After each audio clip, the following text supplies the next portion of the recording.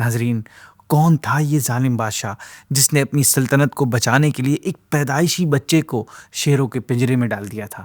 یہ ہے ہماری آج کی ویڈیو کا تاریخی دشمن، ہسٹورک دشمن، بخت نصر۔ بخت نصر کون تھا؟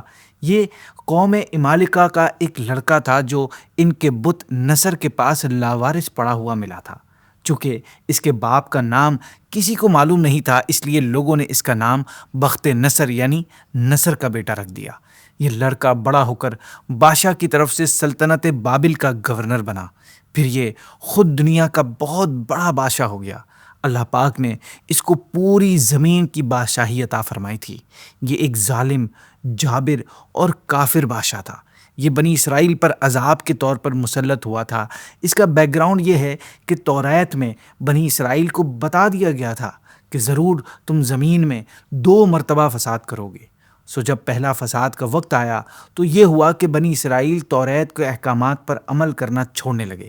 انہوں نے اللہ پاک کی نافرمانی شروع کر دی، غرور و تکبر اور کمزوروں پر ظلم و ستم شروع کر دیا، اور انبیاء کرام علیہ السلام کو شہید کرنے لگے۔ اس وقت یمن کا ایک گاؤں تھا۔ اس گاؤں والوں کی ہدایت کے لیے حضرت موسیٰ بن عمران علیہ السلام سے بہت پہلے اللہ پاک نے ایک نبی کو بھیجا جن کا نام موسیٰ بن میشا تھا۔ یہ حضرت یعقوب علیہ السلام کے پر پوتے تھے۔ گاؤں والوں نے آپ علیہ السلام کو جھٹلایا اور پھر آپ کو بے رحمی سے قتل کر دیا۔ بنی اسرائیل کے ان ظلم و ستم اور ان کی دوسری نافرمانیوں کی وجہ سے ان پر خدا کا عذاب اترا۔ وہ اس طرح کہ شہر بابل کا ظالم اور جابر بادشاہ بخت نصر بنی اسرائیل پر مسلط ہو گیا۔ یہ ایک کافر بادشاہ تھا۔ اس نے بہت بڑی فوج کے ساتھ معاذ اللہ بیت المقدس پر حملہ کر دیا اور شہر کے 1,00,000 لوگوں کو قتل کر دیا، اور 1,00,000 لوگوں کو ملک شام میں ادھر ادھر بکھیر دیا۔ 1,00,000 کو گرفتار کر کے غلام بنا لیا۔ بنی اسرائیل کے علماء کو بڑے برے طریقے سے قتل کیا، توریت کو جلایا، مسجد بیت المقدس کو خراب اور ویران کیا، اور ان کے گاؤں والوں جنہوں نے حضرت موسیٰ بن میشا علیہ السلام کو شہید کیا تھا، بخت نصر نے بڑی بے دردی کے ساتھ پورے گاؤں کے تمام مردوں کو قتل کر دیا، اور سب عورتوں کو گرفتار کر کے اپنا غلام بنا دیا، اور شہر کو برباد کر کے اس کی اینٹ سے اینٹ بجا دی۔ جب شہر میں قتل عام شروع ہوا تو گاؤں والے بھاگنے لگے۔ اس وقت فرشتوں نے بطور مذاق کے کہا کہ اے گاؤں والوں، مت بھاگو اور اپنے گھروں میں اپنے مال و دولت کو لے کر آرام اور چین کے ساتھ زندگی بسر کرو۔ کہاں بھاگ رہے ہو؟ ٹھہرو، یہ انبیاء کرام علیہ السلام کے خون ناحق کا بدلہ ہے جو تمہیں مل رہا ہے۔ آسمان سے ملائکہ کی یہ آواز پورے گاؤں میں آتی رہی، اور بخت نصر کے لشکروں کی تلواریں ان کا سر اڑاتی رہیں۔ جب گاؤں والوں نے یہ منظر دیکھا تو اپنے گناہوں اور جرموں کا اقرار کرنے لگے، مگر ان کے رونے دھونے کا ان کو اب کوئی فائدہ نہیں پہنچنا تھا۔ گاؤں میں ہر طرف خون کی ندیاں بہہ گئیں اور سارا گاؤں تہس نہس ہو گیا۔ ناظرین، جب بخت نصر نے حملہ کر کے بنی اسرائیل کو قتل و قید کیا تو اللہ کے نبی حضرت دانیال علیہ السلام بھی ان قید ہونے والوں میں شامل تھے۔ بخت نصر آپ کے پاس سے گزرا تو انہیں بھی قید میں ڈالنے کا حکم دیا۔ پھر اس نے 2 شیر منگوائے جنہیں ایک خشک کنویں میں پھینکا، اور آپ علیہ السلام کو بھی اسی کنویں میں ڈال کر اوپر سے کنویں کا منہ بند کر دیا۔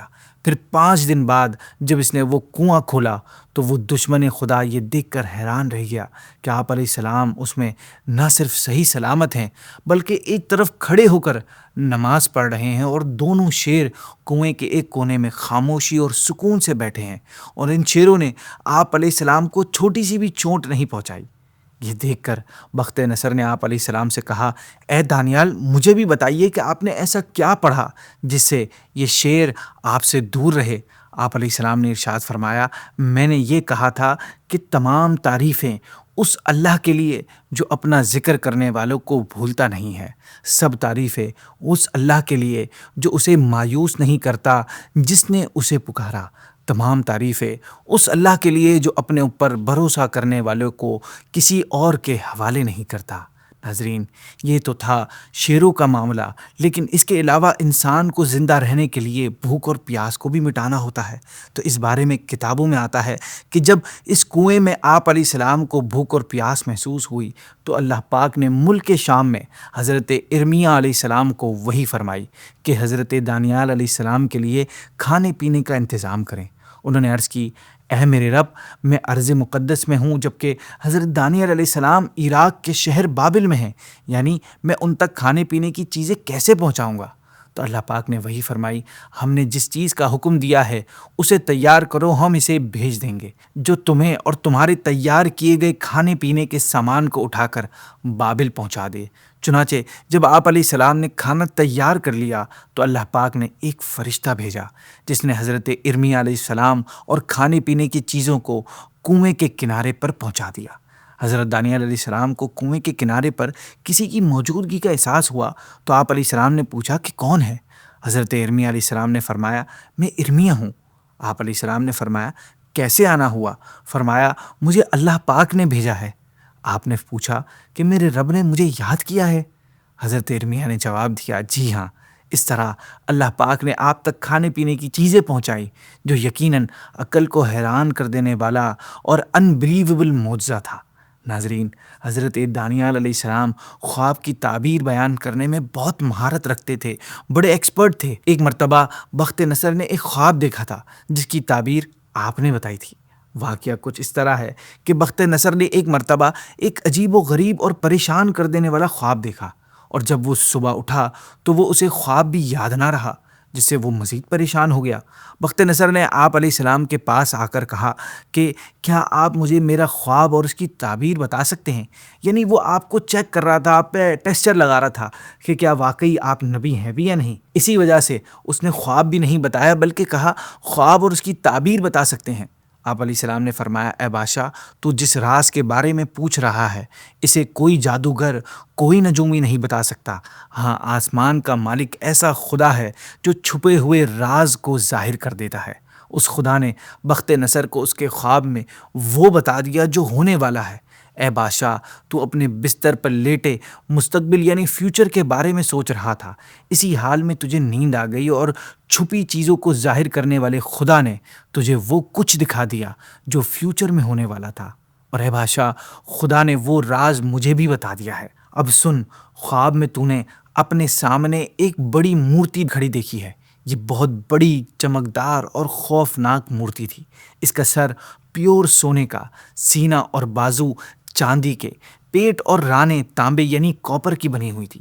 اس کی پنڈلیاں لوہے کی جبکہ قدم لوہے اور مٹی سے بنے ہوئے تھے۔ جب تو اس مورتی کی طرف دیکھ رہا تھا تو تیری نظروں کے سامنے ایک پتھر ٹکرا کر گر پڑا، حالانکہ اسے کسی شخص نے کاٹا نہیں تھا۔ پھر وہ ٹکڑا اس مورتی کے پیروں سے ٹکرایا تو پیر ٹکڑوں میں بن کر گر گیا۔ پھر مٹی، تانبا، چاندی اور سونا بھی چور چور ہو گئے۔ اس مورتی کے ٹکڑے کھیت میں بھوسے کی طرح پڑے ہوئے تھے۔ پھر ہوا ان ٹکڑوں کو اڑا کر لے گئی اور وہاں کچھ بھی نہ بچا۔ پھر پتھر کا وہ ٹکڑا ایک بڑے پہاڑ کی شکل میں بدل گیا، چینج ہو گیا اور ساری زمین پر چھا گیا۔ اے بادشاہ، یہ تو رہا تیرا خواب، اب میں تجھے اس کی تعبیر بتاتا ہوں۔ اے بادشاہ، تجھے آسمان کے مالک خدا نے سلطنت، اختیار، شان و شوکت اور قوت عطا کی ہے۔ سو اس مورتی کے اوپر جو سونے کا سر تھا اس سے مراد تم ہو۔ چاندی کے حصے سے مراد تمہارے بعد آنے والی سلطنت ہے جو تمہاری سلطنت کی طرح بڑی نہ ہوگی۔ اس کے بعد ایک تیسری سلطنت آئے گی جو ساری زمین پر حکومت کرے گی۔ تانبے کے حصے سے اس سلطنت کی طرف اشارہ ہے۔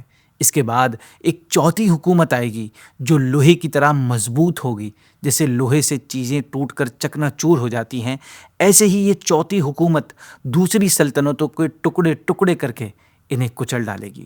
اور جو تو نے مورتی کے پیر لوہے اور مٹی سے بنے دیکھے، اس سے مراد یہ ہے کہ چوتھی حکومت ایک بٹی ہوئی حکومت ہوگی، یعنی تقسیم ہوئی بھی ہوگی۔ اس حکومت کا کچھ حصہ تو لوہے کی طرح مضبوط ہوگا اور کچھ مٹی کی طرح کمزور ہوگا۔ تم نے جو لوہے کو مٹی سے ملا ہوا دیکھا، اس سے مراد یہ ہے کہ جیسے لوہا اور مٹی کبھی آپس میں مل نہیں سکتے، اس طرح چوتھی حکومت کے لوگ بھی آپس میں جمع نہیں ہوں گے۔ انہی دنوں میں آسمان کا مالک خدا ایک سلطنت قائم فرمائے گا جو ہمیشہ ہمیشہ رہے گی۔ اس میں تبدیلی یعنی چینج اور زوال یعنی نہ ختم ہونے والا کبھی معاملہ نہیں ہوگا۔ یہ تمام ملکوں اور ان کے بادشاہوں پر غالب آ کر ان کی حکومتوں کا خاتمہ کر دے گی اور قیامت تک ہمیشہ قائم رہے گی۔ یہ اس پتھر کی تعبیر ہے جسے تو نے پہاڑ سے کسی توڑنے والے کے بغیر ٹوٹتے دیکھا، یہاں تک کہ اس نے لوہے، تانبے اور چاندی، سونے کو چکنا چور کر دیا۔ ناظرین، اس خواب کی تعبیر اس طرح سچ ثابت ہوئی کہ بنی اسرائیل نے ایک لمبے ٹائم پیریڈ تک بخت نصر کا ظلم و ستم، قید و غلامی کی تکلیفیں برداشت کیں۔ پھر ایک ایسا وقت آیا کہ انہوں نے سچے دل سے اللہ پاک کی بارگاہ میں اپنی نافرمانیوں پر معافیاں مانگی، اپنے گناہوں سے توبہ کی اور تکبر اور فساد سے باز آ گئے، تو اللہ پاک نے ان پر یوں کرم فرمایا کہ انہیں اپنے اوپر مسلط لوگوں پر غلبہ عطا فرمایا، مال و دولت اور ان کی اولادوں میں ان کی مدد فرمائی اور ان کی تعداد کو بڑھا دیا۔ اس غلبے کی صورت یوں ہوئی کہ جب ملک فارس کے ایک بادشاہ نے بابل پر حملہ کیا اور بخت نصر کی فوجوں کو ہرا کر بابل کو فتح کر لیا، تو اللہ پاک نے اس بادشاہ کے دل میں بنی اسرائیل کے لیے شفقت ڈال دی، سو اس نے انہیں قید سے آزاد کر دیا۔ پھر انہیں ان کے وطن روانہ کر کے حضرت دانیال علیہ السلام کو ان کا بادشاہ بنا دیا۔ اس طرح اللہ پاک نے بنی اسرائیل کو بخت نصر ظالم اور کافر بادشاہ سے نجات عطا فرمائی۔ ناظرین، ویڈیو کو اینڈ کرنے سے پہلے آپ کو حضرت دانیال علیہ السلام کے بارے میں ایک انٹرسٹنگ بات بتاتا ہوں۔ چنانچہ ہمارے پیارے آقا صلی اللہ علیہ وسلم نے ارشاد فرمایا، بے شک حضرت دانیال علیہ السلام نے دعا فرمائی ہے کہ ان کی تدفین محمد عربی صلی اللہ علیہ وسلم کی امت کرے۔ چنانچہ آپ علیہ السلام کی یہ دعا قبول ہوئی اور آپ علیہ السلام کی وفات کے بعد آپ کا جسم پاک صحابہ کرام کے زمانے میں ایک تابوت میں رہا۔ حضرت انس بن مالک رضی اللہ تعالیٰ عنہ فرماتے ہیں کہ جب صحابہ کرام نے تستر کو فتح کیا، تستر یہ فارس کا ایک شہر تھا، تو وہاں تابوت میں ایک شخص کا جسم دیکھا۔ وہاں کے لوگ اس تابوت کے وسیلے سے جنگ میں غلبہ اور بارش مانگا کرتے تھے۔ حضرت ابو موسیٰ اشعری رضی اللہ تعالیٰ عنہ نے امیر المؤمنین حضرت عمر خطاب رضی اللہ تعالیٰ عنہ کو ایک خط، ایک لیٹر لکھا اور اس تابوت کے بارے میں پوچھا۔ عمر فاروق رضی اللہ تعالیٰ عنہ نے جواب میں لکھا کہ یہ اللہ پاک کے نبیوں میں سے ایک نبی ہیں، ان کے بدن پاک کو نہ آگ کھاتی ہے نہ زمین۔ تم اور تمہارا ایک ساتھی کو ایک ایسی جگہ دیکھو جس کے بارے میں تمہیں اور تمہارے ساتھی کے علاوہ کسی کو پتہ نہ ہو، وہاں اس تابوت کو دفن کر دو۔ چنانچہ حضرت ابو موسیٰ اشعری رضی اللہ تعالیٰ عنہ نے ایک گمنام جگہ پر آپ علیہ السلام کی تدفین فرما دی۔